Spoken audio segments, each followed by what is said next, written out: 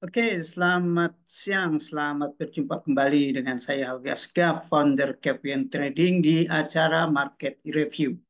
Sebelum kita membahas mengenai pergerakan pasar, jangan lupa untuk subscribe dan like channel Captain Trading kami.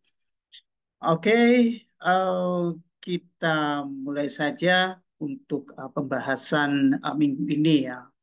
Karena minggu lalu terlihat data-data ekonomi yang masuk itu tidak begitu banyak dan cenderung sepi ya, dan pergerakan juga cenderung pada range trading. Nah, tapi ada beberapa poin yang menarik ya pada minggu lalu ya, di mana ada dolar yang rebound, kemudian juga emas yang tadinya sempat terpuruk ya, kemudian berhasil naik di atas level 2350. Nah, sebelum kita mulai, perkenankan saya untuk memaparkan disclaimer ya, bahwa informasi yang disediakan oleh Captain Trading itu bertujuan sebagai edukasi semata ya, dan bukan merupakan saran investasi. Jadi semua perdagangan berjangka itu memiliki risiko yang tinggi dan tidak sesuai untuk semua investor ya. Captain Trading itu tidak bertanggung jawab atas kerugian dan penggunaan informasi ya. Jadi pastikan untuk melakukan evaluasi independen sebelum mengambil keputusan investasi. Oke, kita mulai saja poin-poin apa saja yang penting ya di minggu lalu. Nah, dimulai dari indeks saham ya, terutama indeks saham di Amerika Serikat ya, yang di hari Jumat itu ditutup bervariasi ya. Dengan S&P mengalami kenaikan, kemudian Dow Jones itu naik dalam 8 hari beruntun ya, dengan kenaikan 124 poin ya. Namun Nasdaq itu turun tipis ya. Dan minggu lalu itu ada data sentimen konsumen ya, sentimen konsumen yang turun ke level terendah dalam 6 bulan. Jadi kalau dilihat yang mungkin data-data ekonomi kita bahas belakangan ya. Jadi di hari Jumat itu ada yang memicu pergerakan, yaitu data sentimen konsumen versi Universitas Michigan ya. Nah, biasanya di sentimen konsumen juga ada disertai juga dengan ekspektasi inflasi ya, di mana ekspektasi inflasi ya di tahun depan itu perkiraannya adalah mengalami kenaikan yang tajam ya. Jadi ini yang kemudian membuat indeks dolar mengalami peningkatannya. Dan ada beberapa saham yang mendorong kenaikan di bursa saham di Wall Street ini. Ada Nvidia ya yang mencatat kenaikan 1,3%, namun saham teknologi lainnya Tesla turun 2%. Kemudian saham kesehatan, yaitu saham Novavax, itu naik 98% ya, setelah pengumuman pembuatan vaksin ya, tentang kesepakatan bernilai miliaran dolar ya dengan Sanofi ya, untuk bersama-sama memasarkan vaksin COVID ya, yang yang akan dimulai tahun depan. Kemudian saham lainnya Zikr melonjak 34,5% ya, di atas penawaran. Jadi ini saham IPO ya, di atas penawaran publik ya, awalnya sebesar $21 per saham ya, menandai debut yang kuat untuk perusahaan mobil listrik China. Nah, kemudian minggu lalu juga kita lihat uh, di komoditas ya, terutama harga minyak ya, harga minyak um, terus mengalami penurunan ya. Jadi ada beberapa faktor yang mendorong pelemahan harga minyak. Di antaranya adalah dari pejabat The Fed ya, yang menyarankan ya bahwa suku bunga itu bisa tetap tinggi dalam waktu yang lebih lama ya, dan berpotensi untuk mengurangi permintaan konsumen dari produsen atau dan konsumen minyak di Amerika Serikat ya, dan inventaris bahan bakar di Amerika Serikat juga naik ya. Nah, ini yang juga menekan harga minyak ya. Karena di saat stok minyak mengalami peningkatan, maka terlihat bahwa itu tanda-tanda berkurangnya permintaan. Dan ada beberapa lagi yang menarik ya, di minggu lalu kita lihat indeks dolar itu rebound di atas 105,3 ya pada hari Jumat, dan mengakhiri kenaikan mingguan ya sekitar 0,3%. Jadi ini merupakan kenaikan uh, pertama ya setelah indeks turun di 2 minggu beruntun ya. Dan sepertinya trader juga mencerna data-data ekonomi yang masuk serta komentar dari para pejabat The Fed ya mengenai siklus pemangkasan suku bunga ya, karena minggu lalu itu ada salah satu pejabat The Fed yang juga menyoroti ya, kalau nggak salah tuh pejabat The Fed yang tampil di publik itu Logan ya. Jadi kalau kita lihat ya minggu minggu lalu ya ada Goldsby ya, Goldsby, kemudian Kaskari, Bowman ya, dan Mary Daly ya, yang memberikan komentar yang beragam ya mengenai waktu pemangkasan suku bunga ya. Jadi itu yang ada yang cenderung untuk yang melihat ya bahwa kebijakan The Fed saat ini sudah cukup restriktif untuk menurunkan suku bunga ke target 2%, tapi sebagian pejabat The Fed lainnya menyatakan bahwa kebijakan saat ini belum cukup untuk restriktif ya. Jadi komentar yang beragam dari para pejabat The Fed ini kemudian membuat ketidakpastian ya. Dan kalau kita lihat mengenai prospek pemangkasan suku bunga ya, ini tidak berubah ya. Jadi kalau awal tahun ya kita melihat bahwa The Fed memproyeksikan adanya pemangkasan 3 kali, tapi proyeksi tersebut lambat laun kemudian terus surut ya, dan kalau kita lihat di sini probabilitasnya adalah tadinya pasar berharap ada kenaikan di suku di pemangkasan di bulan Maret, tapi ternyata tidak ada, kemudian di bulan Mei, dan terakhir ada juga pemangkasan suku bunga, perkiraan pemangkasan suku bunga di bulan Juni. Tapi kalau kita lihat dari probabilitasnya um, sekitar 96,5% ya. Suku bunga ini masih tetap bertahan pada level 5,25% hingga 5,5% ya. Artinya hingga bulan Juni nanti tidak akan ada pemangkasan suku bunga. Dan pemangkasan suku bunga itu baru bisa dilakukan pada bulan rapat bulan September ya. Sini ada probabilitas sebesar 48,6% ya. Ada pemangkasan suku bunga ya. Jadi ya kalau kita melihat ya dari prospek sebelumnya yang 3 kali pemangkasan.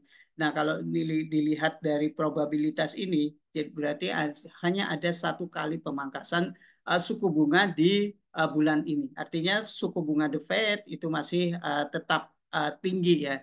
Dan itu yang kemudian membuat indeks dolar kembali berhasil rebound ya.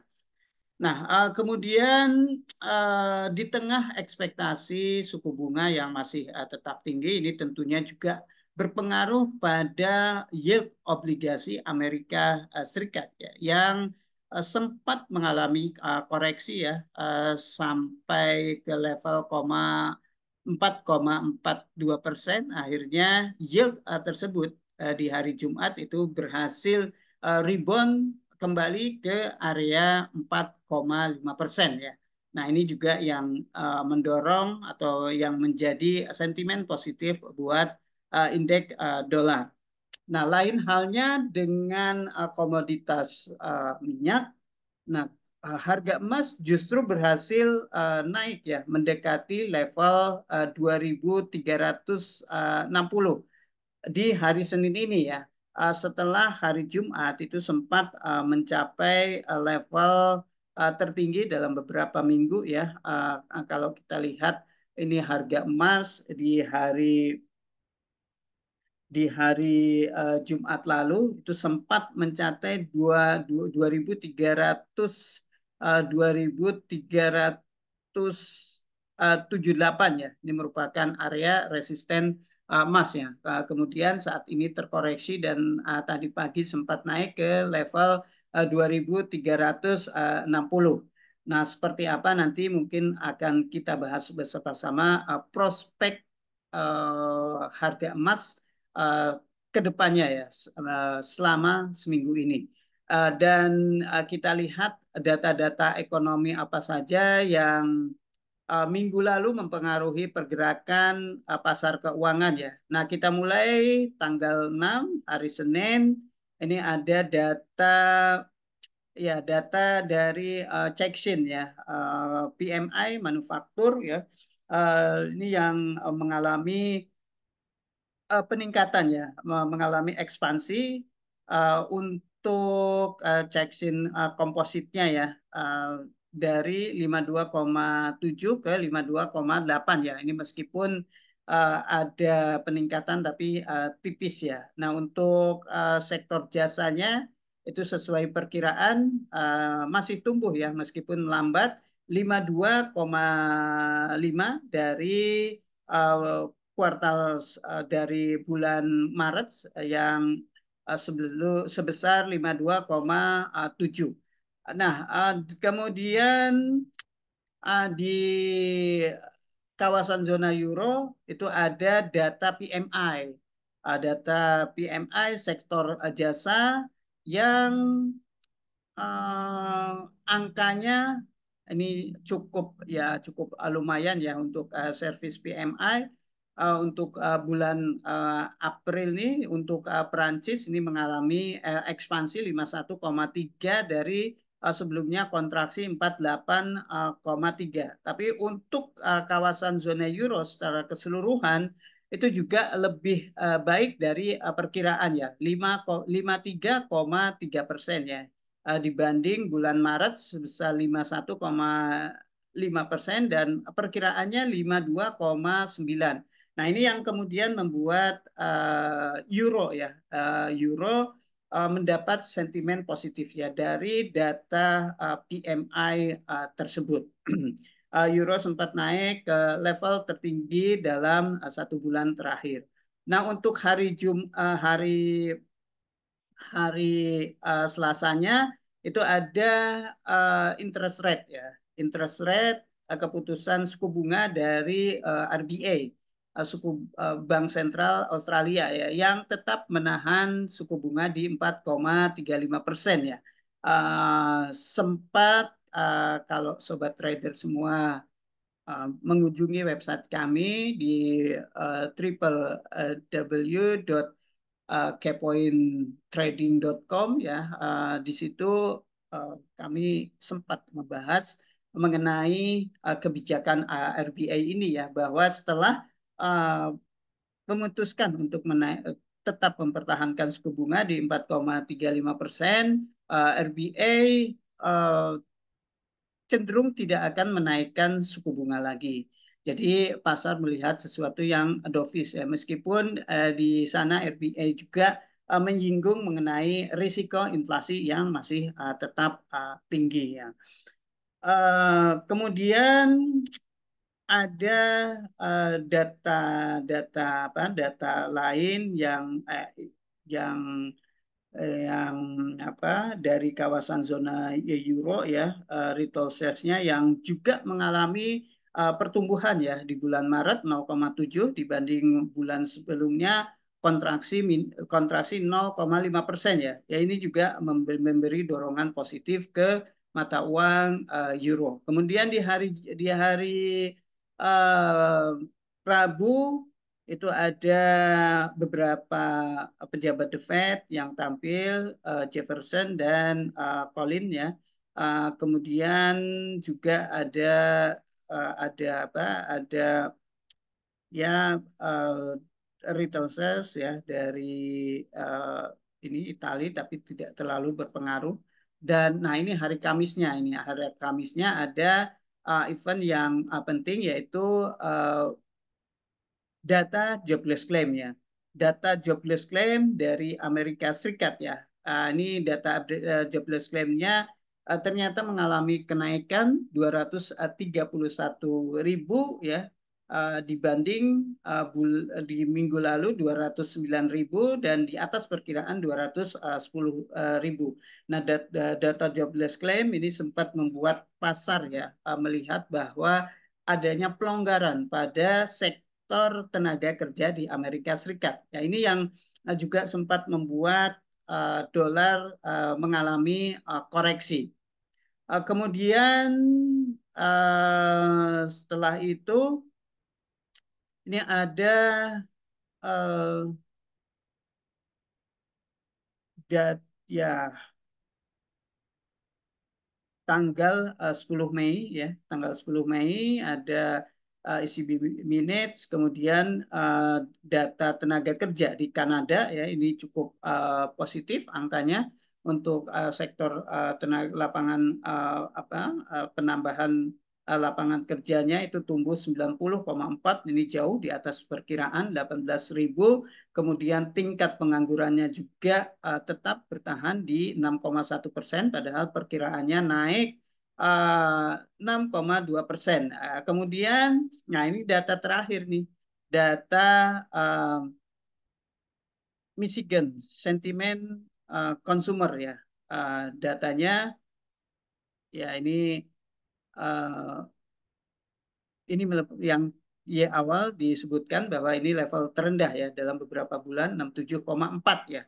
Di bulan Mei dari 77,2 ya, juga di bawah perkiraan 76 ya. Nah, itu saja faktor fundamental yang mempengaruhi pasar keuangan minggu lalu. Nah, kita lihat secara teknikal ya, seperti apa. Kita mulai dulu dengan indeks dolar ya. Indeks dolar ini masih nyaman bertahan di atas SMA 50 ya. Artinya secara jangka menengah trennya masih naik, dan ya ada mungkin dia perlu penembusan resisten di kisaran 105,75 ya untuk melanjutkan tren naik tersebut ya.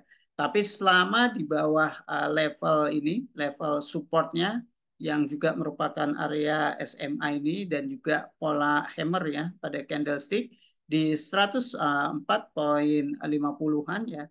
Indeks ini masih cenderung naik, bahkan mungkin dia arahnya mungkin dia akan coba testing resisten di 105,75 ya. Nah, untuk pergerakan selanjutnya ini juga ditentukan oleh data-data ekonomi yang akan dirilis minggu ini ya. Terutama ini ada data inflasi ya. Inflasi terutama CPI, angka CPI untuk bulan April ya, di mana kalau perkiraannya memang ini untuk tahunan ya, inflasi intinya core CPI ya, core CPI ini mengalami penurunan atau melandai 3,6% ya, dari sebelumnya 3,8%. Tapi CPI sendiri juga diperkirakan mengalami pelambatan ya dari 3,5% di bulan Maret menjadi 3,4% ya untuk bulan April ya. Kemudian ada data retail sales yang juga terlihat melambat juga dari 0,7 ke 0,4% perkiraannya. Nah, apakah data tersebut ini akan menahan indeks dolar di resisten ini untuk kemudian dia ada potensi koreksi kalau misalnya dia gagal bertahan di atas 10575 maka dia coba cenderung untuk testing support di kisaran 104,50. Tapi kalau misalnya ternyata angkanya lebih baik dari perkiraan, maka pasar melihat bahwa inflasi masih tetap tinggi sehingga memaksa The Fed untuk tetap menahan suku bunganya pada level yang tinggi dan mungkin harapan pemangkasan suku bunga itu bisa kembali pupus ya.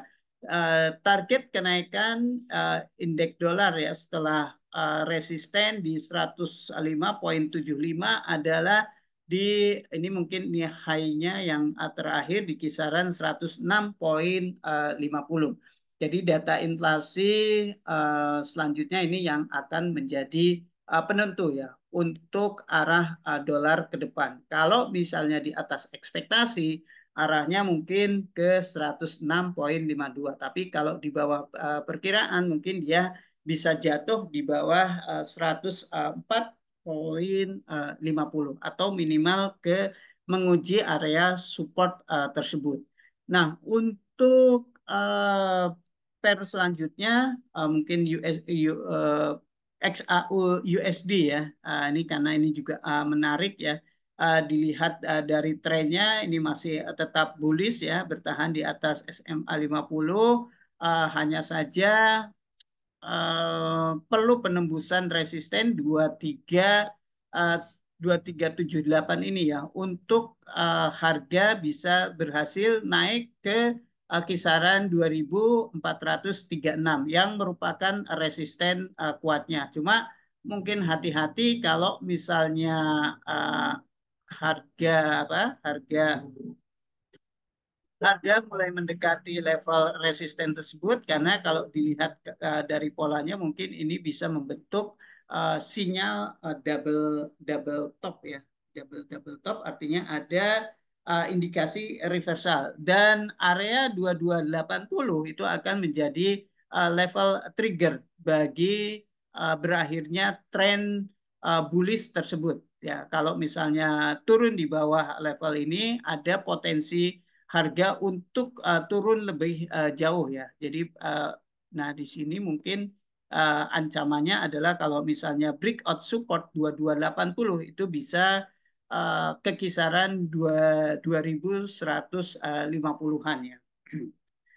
Kemudian untuk US oil ya, karena ini juga menarik ya untuk US oil turun ya sudah turun di bawah garis SMA ini dan kita lihat di sini candlenya membentuk long black candlestick artinya ini ada tekanan seller yang sangat kuat dan kemungkinan harga akan menguji ini resisten terakhir untuk resisten support terdekat ya untuk harga minyak itu ada di kisaran 76,55 ya. Nah, kalau ini bisa tembus maka ya bisa terjadi bearish continuation ya.